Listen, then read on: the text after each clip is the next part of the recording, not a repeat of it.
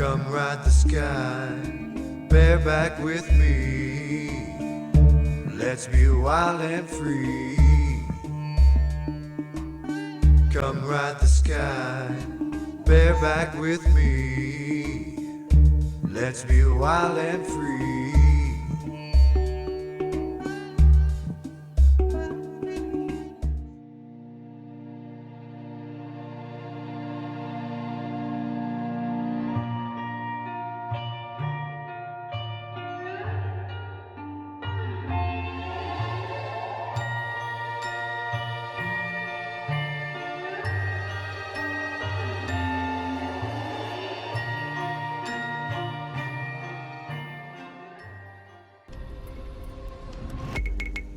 About inspiring the world and giving people the permission to be themselves fully without holding back, by showing that it's possible, by embodying the things that I'm talking about. But more importantly, it's about doing what you're born to do, no matter what the world hands you, no matter how difficult the obstacles, overcoming them and making sure that you create something beautiful out of the pain, that you turn darkness into something light, tragedy into something treasure.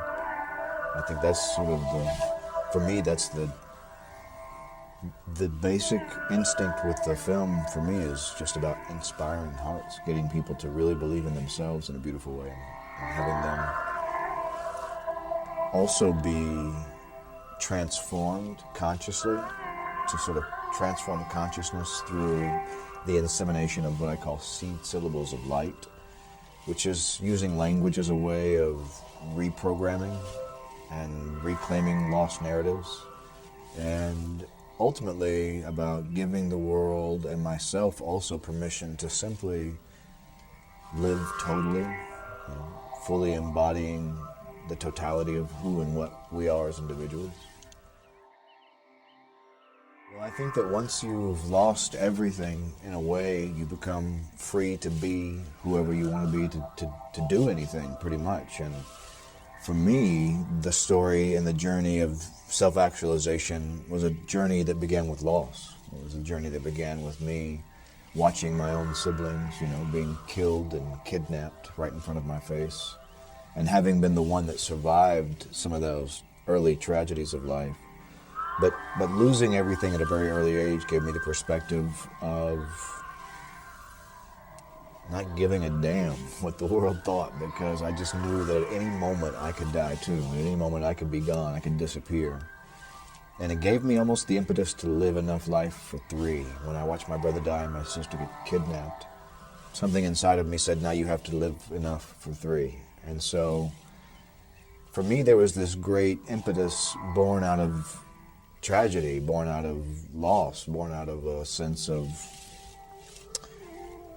instability and unsafety, and having inherited sort of the collective displacement of both of my family groups, the Palestinians being a displaced people with no home, a nomadic people thrust out into the world, and the Cherokee being pretty much the same, with the Trail of Tears.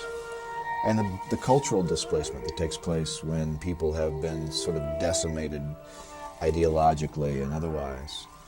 I sort of inherited the collective, karmic effects of that from my parents, and spent a life between those two worlds, a life partly in the Middle East and a life partly on the Native American properties and lands of this nation, and just really growing up as far as East is from West, quite literally, and seeing the great dichotomy between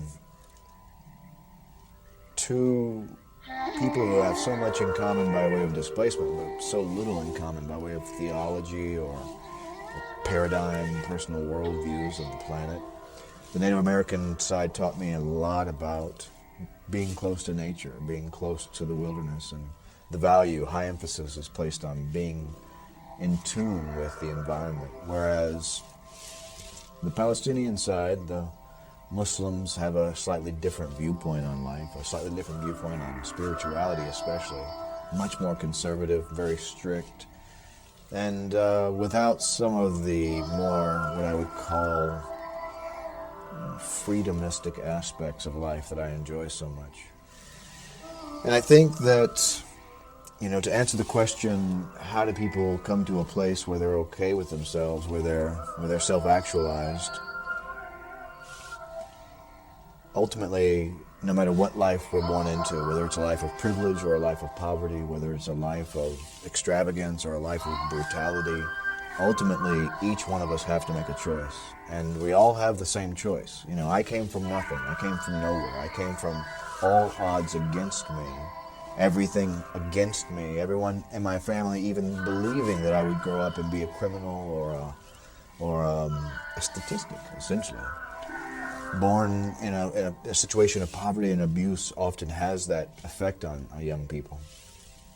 But something in me said to myself at a very young age, you can become a statistic or you can become the one who lived. The one not just who made it out alive, but the one who truly lived. The one who really, as Thoreau said, went to the woods so that I could live deliberately. The one who really sucked out all the marrow of life. And for me, the great motivation has always been, one day I will die. And that day could be today. This could be my last heartbeat, my last breath. And what could I do to turn all of that darkness of my early life into something that would bear light upon the world? Something that could hopefully keep other people from having to go through the same thing, but helping those who've been through the worst become their best, giving people permission to say, you're not the product of your environment, you're not the product or the byproduct of what the world has done to you. In fact, you're what you do with what the world has done to you. And the real question that people have to ask themselves is, why were they born? Why are they here? What is the purpose of their existence? What is the meaning of their existence? And I think that that's a question a lot of people sort of sweep under the carpet most of their life, because it's easier not to truly answer that question. It's easier to take on an occupation rather than a calling, because a calling means that you may or may not make a lot of money. And ultimately, people are afraid of death, not because they're afraid of death, but because they're afraid that they haven't truly lived.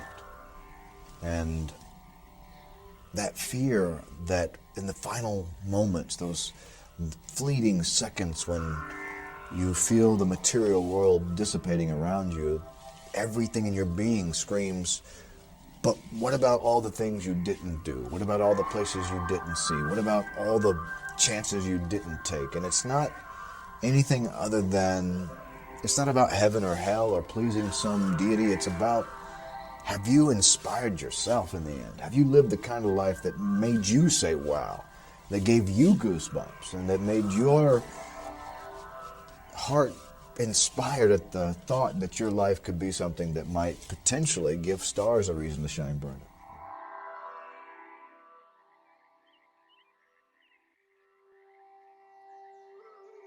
To whom much is given, much is required, I believe. And that might be a cliche, but the truth is that it's important to the extent at which one individual's actions really do affect the whole of existence. I mean, it's felt by everything. And if somehow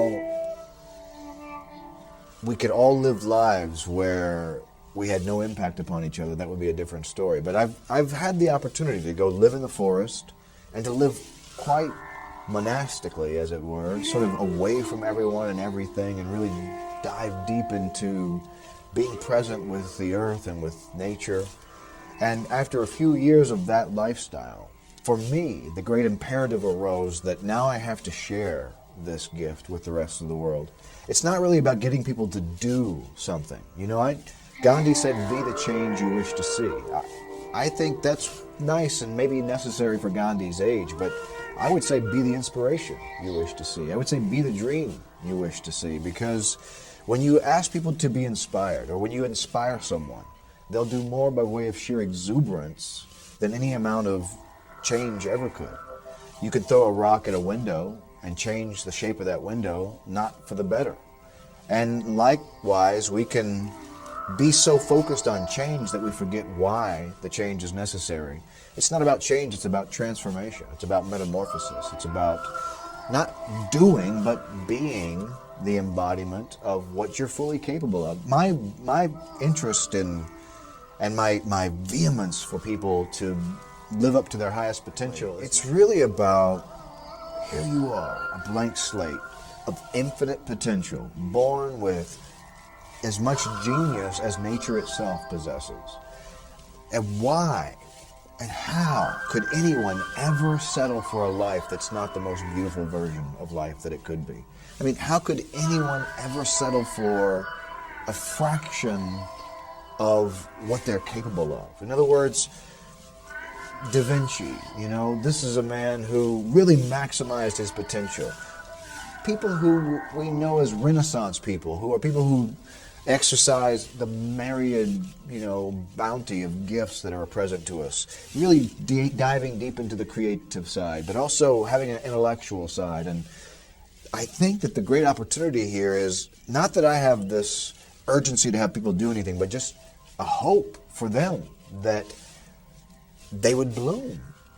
And in the blooming, they would release the sweet fragrance that no flower can help but smell beautiful.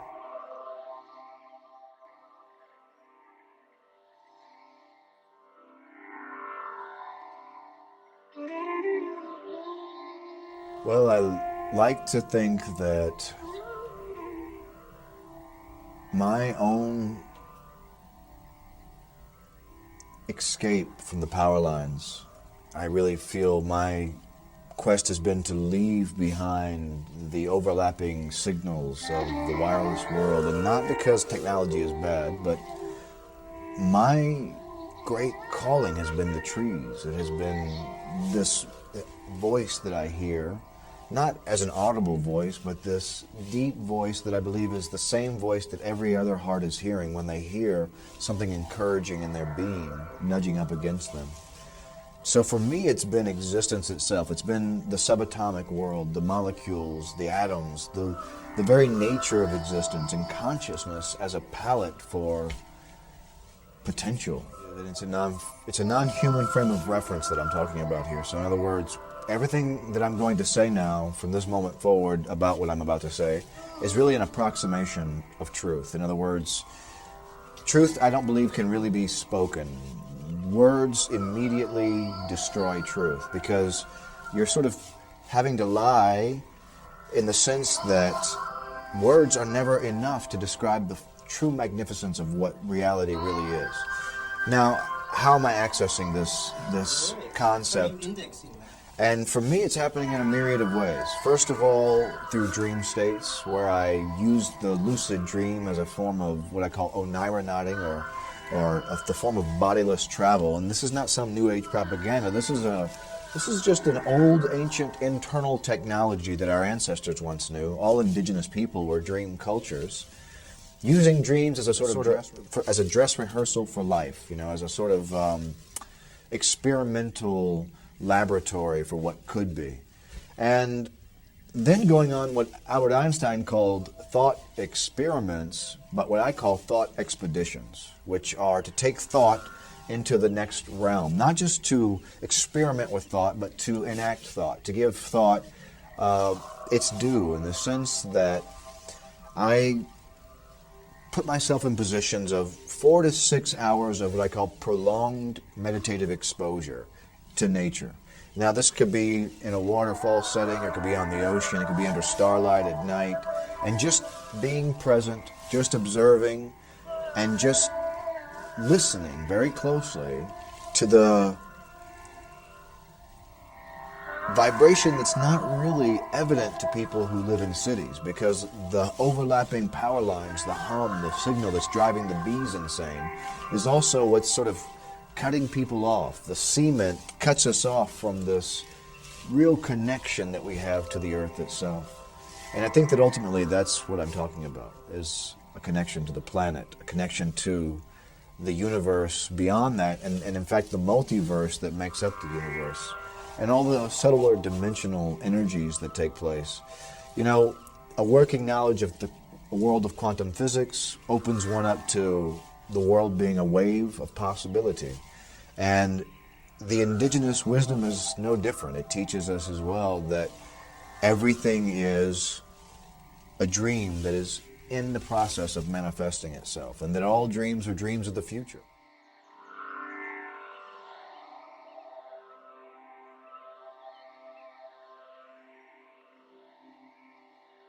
I believe that we are born geniuses, and we get dumber by process of being dumbed down through exposure to the way things are supposed to be as opposed to the way the things that really are. And what I mean by that is that, yes, I believe that we're all predisposed to tuning in, to tapping in to the inherent energies. If you trace back esoteric teachings, these are teachings that are more in the mystical realm of things, but that also have a somewhat, practical, philosophical aspect as well. And some of these esoteric traditions teach us that the human animal is far more equipped than we think we are. In other words, the way I'd like to put it is, we say that we have 5 senses. For me, what that means is we have a 95% sensory capacity left undiscussed. And the 5 senses really means we're only using 5% of what we're capable of doing, which correlates directly to that 95% of the oceans that still unexplored, the 95% of the universe that we call so-called dark matter, dark flow, dark energy. The unknown element corresponds almost exactly to our own ability to tune in to what we're capable of doing. That's interesting. So I think that if we could unlock some of these other senses, the ancient esoteric teachings are that we had 360 senses, meaning a sense for every degree, exactly. And what if we only had a few more than 5 even, but 360, why not? But let's say it was just 10 or whatever the case is, we have to begin as a generation to activate these internal technologies and to give ourselves permission to really tap in. And the most direct way to do that is to just go and sit near a tree. Well, I believe that we're on the verge of our greatest discovery of what we're capable of being if we were to go into the world at which we're truly the most evolved species, not just saying that we are. And at the same time, we are on the precipice of our greatest potential destruction with nuclear fallout potentials and what we've done to the environment, which in a way is sort of a collective death wish that we've been perpetuating upon ourselves. And I think that ultimately, I like to think of us as the quantum leap generation, or the generation who has a fundamental shift in the way that we do things. In other words, I really do feel like The shift is not defined. it could be either way. Exactly. It could go either way. We're on the razor's edge right now. And what have we learned from being on the razor's edge? We learned that if we have to make a choice, we have to go either this way or this way. And right now I feel like this generation has more potential in the terms of what is known as the Omega Point, which I'm not sure if you're familiar with or not, but a great philosopher says that humanity has been increasing in its wisdom potential, its capability, its power, its presence on the planet exponentially for the last 50,000 years. And according to this Omega Point principle, the sum total of human wisdom, information, and knowledge doubles itself on average. Beginning, first of all, we had a 50,000-year cycle before it doubled itself again, and then we saw that within a few thousand years there was a doubling of human wisdom and information with the so-called Renaissance. And then within a few hundred years we had another doubling sum total of wisdom and human information on the planet. Well, this process has gotten to the point now where it's happening every year, every 8 months almost now. And the Omega Point theory suggests that by the year 2016, we'll be doubling every half second, meaning that every half second, the human organism will be privy to more wisdom and information, and will have to cycle and process more wisdom and information than has existed in the entire history of the planet the half second before. I mean, can the human condition even take something like that? Well, I believe that what that necessitates is a biological imperative for change, for transformation. In other words, that's the metamorphosis. There's a point at which the organism is exceeded by informational capacity. In other words, there's too much information the organism can't process anymore.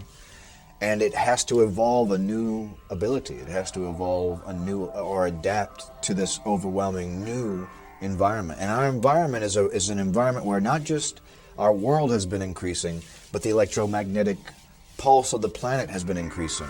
The poles are shifting. I mean, it's a very measurable, about 40 miles a year, they're saying at this point, that the poles are shifting. So we're seeing a rapid increase of everything, not just here, but as the universe grows older or younger, however the case may be, what we're seeing is the complexification is happening at a exponential rate. And what does exponential mean? Well, in the old paradigm, you take 30 steps forward, you go 30 steps forward. But an exponential growth pattern is 30 steps forward leads to 1 billion. And that's why I think we have something that the rest of the generations haven't had, is that we're really at the point of the exponential increase where if we can do something to really change the tide, that exponential can catch up with the already catastrophic effects that we've created. And you can see this playing out in the Genome Project. Compensation-wise. Compensation-wise. So we could be at the 11th hour. But exponential growth patterns show us that, well, we may not be at the 11th hour, but 2 more seconds into that 11th hour, we overcome it with an exponential solution. And I think that we're also approaching this thing called hypercommunication, which is what you see happening in schools of fish or flocks of birds, where they're just so in tune with one another. There's never a crash in a school of fish. You never see birds running into each other in the air. It's always a fluid, almost singular consciousness kind of an experience. And humans exude that same kind of behaviors, and you can argue what those might be. Dreaming might be a form of, hypercommunication. But I think more importantly, we're coming into a place now where new senses are going to be coming online, new abilities are going to be emerging, and a new human is indeed going to be taking center stage on the new world that we're going to be encountering. And I think that what that means is something completely unprecedented is at hand.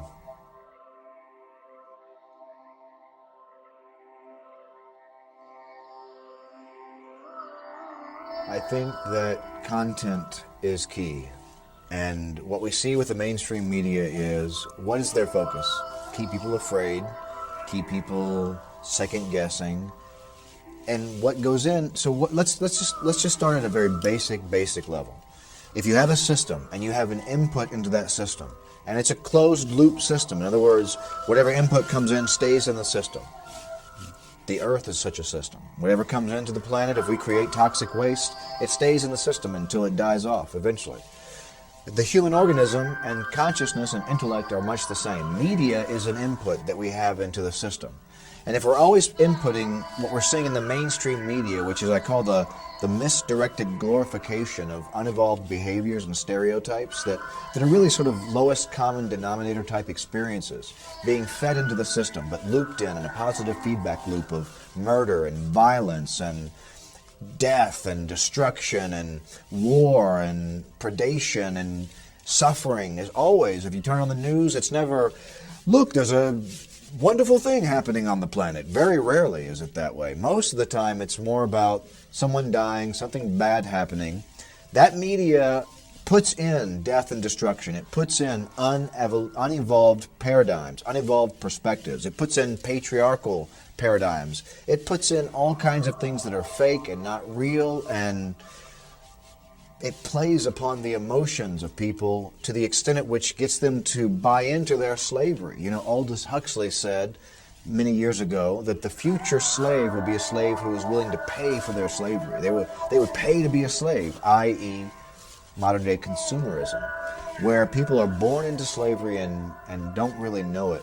And I think that the difference between what I'm doing and what mainstream media is doing is I'm not trying to simply entertain. I want to edutain. I want to bring people into a state where they can learn something new, be told a story, have their ear tickled, all at the same time, and really come into a state that at the end of this experience, they leave feeling happy, they leave feeling enlightened, they leave feeling transformed or somehow uplifted. Whereas if you turn on the average TV set today, you end up feeling hollow by the time you actually do turn that thing off. You end up feeling empty and like something vital is being completely missed. There's a lot of human drama going on, a lot of people getting all kinds of dramatic reactions happening, but very little authentic exchange is taking place.